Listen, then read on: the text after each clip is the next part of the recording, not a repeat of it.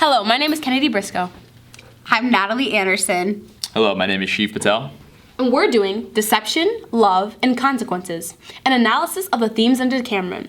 We will be using the Decameron and analyzing the different stories for themes and motifs that have significant meaning within the story. The Decameron is a compilation of novellas written in 1351 by the Renaissance mastermind Giovanni Boccaccio. The Decameron was a 10-year process that resulted in one of European literature's most prized possessions. The classical and the romantic work come together to create a cultural masterpiece. During this particular time period, issues over governing, plague, and scandals within the church and the royal families were evident. Because of these circumstances, Boccaccio designed ways to incorporate the strong overlying themes of deception, love, and consequences as a means of discussing the turmoil of the time with the general public. Themes of deception, love, and consequences that are presented in his work create a lasting legacy that impacted both the future writings and Renaissance thought. An underlying theme scattered across Boccaccio's series of novellas was deceit. Boccaccio paints this image through telling stories consisting of lies, pranks, disguised characters, and so on. Many analysts of the Decameron go as far as saying deception being the most important and central theme of his novellas. One of the most morally flawed and unbelievable stories of deceit in the Decameron is on the 10th day. In this portion of the story, Filomena is retelling the story of a conversation between Bernabo and Armabugilo about the relationship between Bernabo and his wife. In this scenario, deception stems from loose marital ties commonly seen back in the day. The topic of man being perfect and his relationship with women come up. Ambrogilo describes his women as tempestuous, going out of the way to hop on any man in their path. However, he himself is going out of the way, lying, and picking up any women in the path as well. Boccaccio decides to put this story early in Decameron to show that deceit can stem from hypocrisy and the idea that men are far more superior than women, which extends past his works, other literature, and it resonates today. Although his lies were seen in royal court and inner relationships more often, they'd come up during trade and merchantry as well. In the story of Dina and his account on Fra Cipolla and Guccia Balena, Boccaccio shows that trust from even the closest could slip away within the blink of an eye. Balena and Friar had a strong bond before the events leading up. Both had traded other relics and previously traded other goods, and they were on good terms as well. This instance, Balena promised Friar and the feather of Angel Gabriel, where Friar would later proudly present this to his audience. Instead, Balena slid the man coal, leaving him beyond shocked. Not once would he have thought that Balena would do such a thing, going as far as saying that Guccia Balena was the last person he suspected of playing him such a trick, for he knew him to be incapable of rising to such heights of ingenuity. Page 474. As a little side note, he would later lie to the audience about his whereabouts of Angel Gabriel's feather, being safe but not in his possession when in reality he had just been scammed. Regardless, Boccaccio wanted to make it clear that during this particular time period, it was almost every man for himself. No matter previous interactions or relationships, those who were the closest could have stuck a knife behind your back any minute without shame. Love is a recurring theme in the Decameron and is present in many of the novellas. The theme of love comes in several different forms, ranging from lust to violent acts in the name of love. One such example is a story in which Tancredi kills his daughter's lover and gives her his heart in a chalice.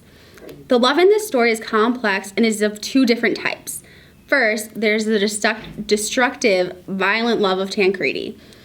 The love he portrays is extremely violent and hurtful. Though he loves his daughter immensely, he does things that hurt her out of his own jealousy. When Tancredi gives his daughter the heart of her lover in the chalice, this is the epitome of his own jealousy. He did not want his daughter to be taken away from him because he loved her so dearly, so he killed the only thing she loved.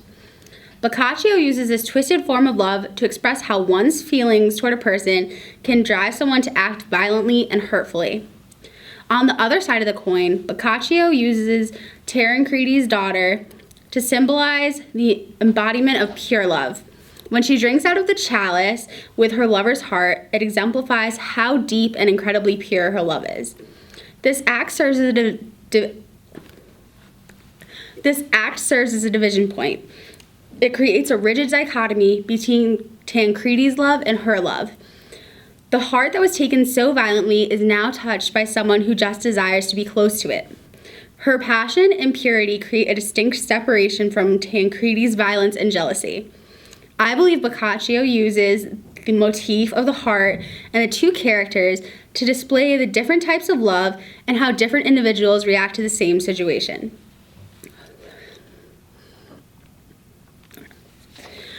The Tale of Federigo Albergari is another great example of Boccaccio's use of the theme of love. Federigo embodies a pure, courtly type of love in this story. He falls madly in love with a woman who has no interest in him whatsoever. This fact does not stop Federigo from pursuing her, though. He showers her with gifts and spends all his money on her, without any reciprocation of the feelings. His friend eventually comes to him and convince him to move to the countryside to live a modest life with his falcon before he spends every last penny on this woman. The falcon is Federigo's most prized possession, and he truly loves it. He and his falcon live together happily in the countryside for some time. Then, the woman and her son move to the countryside and become next-door neighbors to Federigo. The boy takes a fascination with Federigo's falcon. Soon after, the boy falls ill and tells his mother that all that would make him feel better is the falcon. To get this for her son, she asks to meet Federigo for breakfast. He is so excited to host her, but he realizes he has nothing to eat because of his modest lifestyle, and kills his prized falcon to give her a proper meal. The story then unfolds like this. I am forced, contrary to my own wishes and to all the rules of decorum and propriety, to ask you for something to which I know you are very deeply attached, which is only natural, seeing that it is the only consolation, the only pleasure, the only recreation remaining to you in your present extremity of fortune. The gift I am seeking is your falcon, to which my son has taken so powerful a liking, that if I fail to take it to him, I fear he will succumb to the illness from which he is suffering, and consequently I shall lose him. In imploring you to give me this falcon, I appeal not to your love, for you are under no obligation to me on that account, but rather to your noble heart, whereby you have proved yourself superior to all others in the practice of courtesy. Do me this favor, then, so that I may claim that through your generosity I have saved my son's life, thus placing him forever in your debt. When he heard that this was what she wanted, and realized that he could not oblige her because he had given her the falcon to eat, Federigo burst into tears in her presence before being able to utter a single word in reply. My lady, he said, ever since God decreed that you should become the object of my love, I have repeatedly had cause to complain of fortune's hostility towards me. But all of her previous blows were slight by comparison to the one she has dealt me now. Nor shall I ever be able to forgive her when I reflect that you have come to my poor dwelling, which you never designed to visit when it was rich, and that you desire for me a trifling favor which she has made it impossible for me to concede. The reason is simple, and I shall explain it in a few words. When you did me the kindness of telling me that you wished to have breakfast with me, I considered it right and proper, having regard to your excellence and merit, to do everything within my power to prepare a more sumptuous dish than those I would offer any ordinary guest. My thoughts, therefore, turned to the falcon you've asked me for, and, knowing its quality, I reputed it a worthy dish to set before you. So I had it roasted and served to you on the trencher this morning, and I could not have wished for a better way of disposing of it. But now that I discover that you wanted it in a different form, I am so distressed by my inability to grant your request that I shall never forgive myself for as long as I live. Boccaccio designed Federigo to be a character with a compassionate love. Federigo devoted himself to this woman and gave her everything, including the thing most precious to him. When he realized he could not give her the one thing she needed, his heart was broken.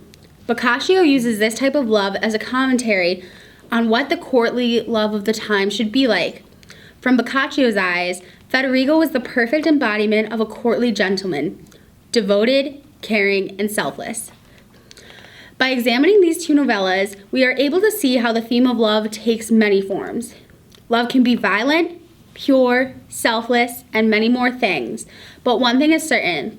Boccaccio used this theme to comment on different aspects of his time period and the different types of love he saw. The theme of consequences in the Decameron continued to reoccur throughout the collection of novellas and stories. A common thread of characters paying for the behavior, previous lives, and post-actions marked the work of literature as a very important and prominent message. Denial's account of two monks and their actions illuminate the theme of consequences in the Decameron. On the first day, story number 4, we are introduced to a monk who uses his naughty behavior to get out of a sticky situation. The monk, seeing a beautiful peasant girl, can't help but lust after her. Consequently, these feelings lead to action, and the monk is caught by Abbot. Plot twists ensue as Abbot himself indulges with the girl after being set up by the monk. Abbot, thinking he is behind closed doors and no one sees him, scolds the monk for his behavior. His dishonesty backfires, and as the monk reveals that he has seen Abbot with the girl too. For his own untrustworthy actions, repercussions include Abbot's inability to make the monk pay for what he has done. The monk is very sarcastic and even declares, "I shall always follow your good example." He has been played without warning. In the Tell the Nunnery and the Deaf Boy, the nuns believe they have tricked a deaf, mute man into being exploited for their own sexual endeavors. But the joke is certainly on them. Meddling in the affairs of sexual exploitation result in sexual exploits and deceit given right back to them. This tale embodies a saying, given a taste of your own medicine, to the max. While the nuns play games in order to receive sexual intercourse from a man they think has no idea what is going on, all along the man knew what the nuns were up to and he was using them for his own sexual exploitations. This is a classic tale of when the manipulators get manipulated. Behavior and deceit renders behavior of deceit. Lastly, the story of Mastagio and his lost love embody the theme of consequences. Mastagio has his sights set on the most beautiful young lady of the land, but she ignores all of his advances. The woman's actions of not responding to him result in eternal damnation. Boccaccio is trying to express the motive that if you do something wrong, you will pay for it. What goes around comes around.